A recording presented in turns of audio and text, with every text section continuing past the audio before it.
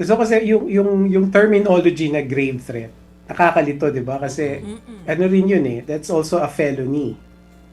Kaya nagkakalituhan na ang pinapatunayan ba natin yung crime na grave threat? Or are we talking about the fact of just a grave threat? Yung normal understanding lang na grave threat. Sa palagay ko, sa impeachment trial, ang kailangan mo lang patunayan is the normal, regular understanding of grave threat, not the criminal, technical definition of grave threat. So, yung pagbabanta, yung utterances, napatunayan na yon. Hindi na natin pwedeng mapagkaila yon. May video, to a certain extent, inamin na rin ng respondent na nanggaling sa bibig niya yon. Oo. So, ang kailangan talagang patunayan ng prosecution pa, I think, which wala na, tapos na kasi yung trial for Article 4, is bakit ito dapat tratuhin na betrayal of public trust. Now, sinabi ko, 'di ba, napahapyawan ni Director Matibag by saying na the threats is considered as a threat to national security. At merong mga kumbaga pagkakataon na maaaring magkagulo, magkaroon ng chaos dahil dun sa threat na yon, no? Kahit si Attorney Lotok sinabi yon.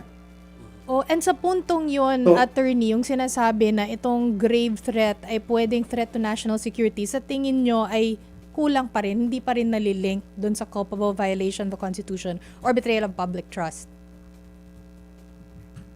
Tanungin ko kayo, are you able to link it together?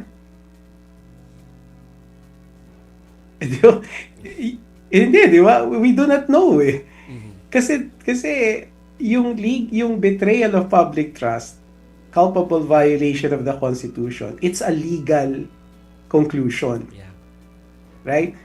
So kailangan natin, tayo, yung mga senator judges na lalo, we need a justification, a legal justification to link that together.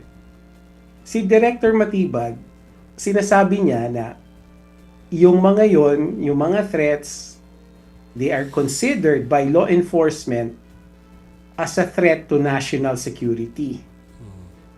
So the next question is, which tatanungin ng mga senator judges dapat ito sa sarili nila, is that a betrayal of public trust? Yun ang sabi ni Director Matibag, di ba? Sabi niya, na-consummate, yun na nga yung term niya, na-consummate na yung betrayal of public trust when the Vice President admitted the threats.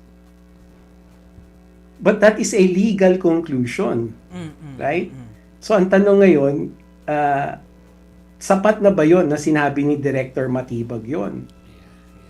That's the question, right? Now, kung ako tatanungin nyo, medyo hindi sapat kasi kahit mismo si Director Matibag, sabi niya, wala sa purview ng NBI yung pag-define ng betrayal of public trust because that is an impeachment matter. Sinabi rin niya yun, di ba, on cross-examination. So, dito kaya sabi ko, hindi yata ganun kalakas pa. Napahapyawan ni Director Matibag, pero hindi ganun solid. At least for me, for my observation, yung aspeto na yon na nabibridge yung utterances doon sa legal conclusion that they amounted to a betrayal of public trust and a culpable violation of the Constitution.